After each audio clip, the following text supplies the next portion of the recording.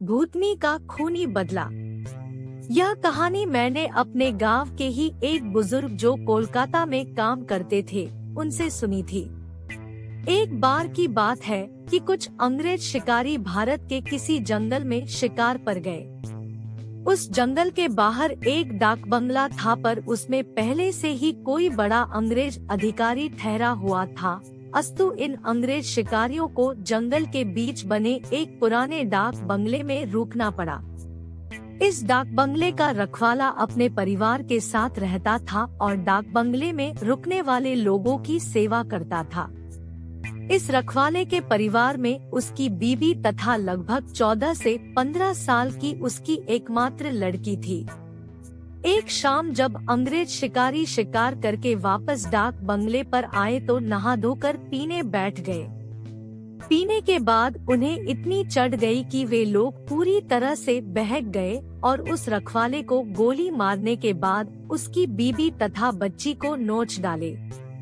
इन पापियों को नशे में कुछ भी पता नहीं चला और नोचने के बाद उन दोनों को भी गोलियों से भून डाले और तीनों की लाश को डाक बंगले के पीछे दफना दिए। यह बात आई गई रह गई। अंग्रेजों ने फिर कुछ दिन के बाद वहां कैलाश नामक एक नया सेवक रख दिया। किसी को कुछ भी पता नहीं चला कि इस पुराने डाक बंगले का पुराना सेवक और उसका परिवार कहां चला गया। एक बार की बात है कि नया सेवक कैलाश रात को गेट बंद करके सोया हुआ था। तभी अचानक उसकी नींद खुल गई, क्योंकि उसे लगा कि दरवाजे पर कोई रो रहा है। उसने एक हाथ में लाठी उठाया और दूसरे में चिराग और दरवाजे पर आकर हाथ लगाया। कौन है? इतनी रात गए कौन दरवाजे पर रो रहा है? उसने देखा कि एक किशोरी दरवाजे पर बैठी रो रही है। कैलाश उस किशोरी के पास गया और उसके सिर पर हाथ रखते हुए कहा कि बेटी रो मत, अंदर चल। फिर उस किशोरी के अंदर आने पर कैलाश ने उसे पीने के लिए पानी आगे बढ़ाते हुए पूछा कि बेटी तुम कौन हो और इतनी रात को अकेले इस जंगल में क्यों भटक रही हो? कैलाश की इतनी बातें सुनते ही वह किशोरी और तेज फफक पड़ी। कुछ समय तक तेज तेज रोने के बाद वह थोड़ा शांत हुई और कैलाश को बताई कि वह इस डाक बंगले के पहले सेवक की पुत्री है। फिर उसने यह भी बताया कि कैसे 4 से 5 अंग्रेज शिकारियों ने उसके पिता को मार डाला और उसके बाद उसके तथा उसकी मां की आबरू को नोच डाला। फिर कैसे उसकी मां तथा उसको भी गोलियों से भूनने के बाद डाक बंगले के पीछे दफना दिया। उस किशोरी की इतनी बातें सुनते ही कैलाश पूरी तरह सहम गया, पर निडरता दिखाते हुए पूछा कि ऐसे कैसे हो सकता है? अगर तू मर गई है तो मेरे सामने कैसे बैठी है? कैलाश की यह बात सुनते ही वह लड़की अचानक गायब हो गई और कैलाश कुछ समझ पाए इससे पहले ही वह उस कमरे की दीवार पर उल्टी टहलती नजर आई। कैलाश यह नजारा देखकर पूरी तरह से सहम गया।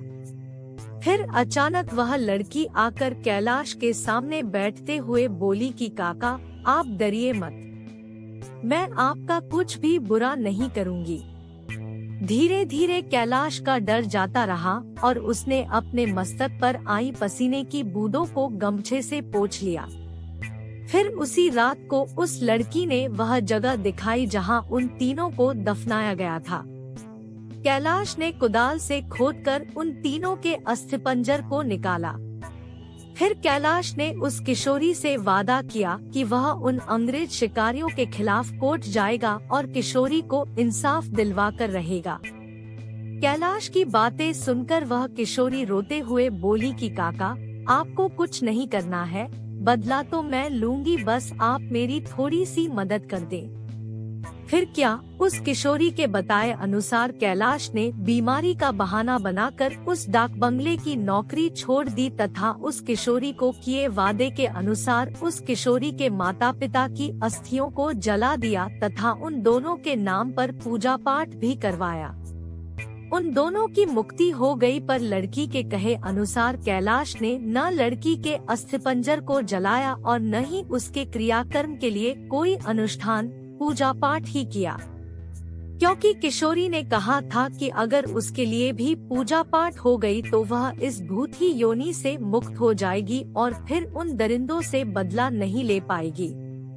समय बीतता गया और अब उस डाक बंगले में कोई नया सेवक आने को भी तैयार नहीं होता, क्योंकि कैलाश वहीं आसपास मंडराता रहता और नए आने वाले सेवक को भूत ही कहानी सुनाकर भगा देता।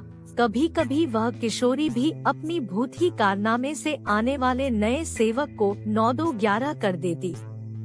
पर उस बंगले पर शिकारियों का आना कम नहीं हुआ। वे आते और खुद ही अपनी व्यवस्था करते, पर जो अब आता वह वापस नहीं जाता, क्योंकि उस डाक बंगले में ठहरने वाला हर अंग्रेज शिकारी उस लड़की का शिकार हो जाता। कभी कभी तो ऐसा होता कि वह लड़की किसी अंग्रेज शिकारी को अपने लटकों झटकों में फंसाकर उस डाक बंगले में लाती और रात को अपने असली रूप में आ जाती और डराकर उस अंग्रेज को मार डालती और उसका खून पी जाती। यह क्रम चलता रहा और उस डाक बंगले में मरने वाले अंग्रेज शिकारियों की मौत रहस्य ही बनी रही। अंग्रेज अधिकारियों के लाख कोशिश के बावजूद न हत्यारा पकड़ में आता और नहीं मरने वाले अंग्रेज शिकारियों अधिकारियों के मौत का कारण पता चलता। धीरे धीरे यह खबर आसपास के क्षेत्रों में अंग्रेज शिकारियों आदि में फैल गई कि पुराने डाक बंगले में ठहरने वाले हर शिकारी की रात तो होती है, पर वह दूसरे दिन का सूरज नहीं देख पाता। 2-3 और वर्ष बीते और अब वह डाक बंगला खंडहर हो गया, क्योंकि अब किसी में भी हिम्मत नहीं थी कि वहाँ ठहरे। आखिर किसको अपनी जान की परवाह नहीं होती। पर वह किशोरी भूतनी जो अब युवती बन गई थी, उसी डाक बंगले में रहकर अपने हत्यारों का इंतजार करती। दिन में उधर आने जाने वाले लोगों को उसका एहसास होता, क्योंकि वह बराबर रोती रहती पर किसी को दिखाई नहीं देती।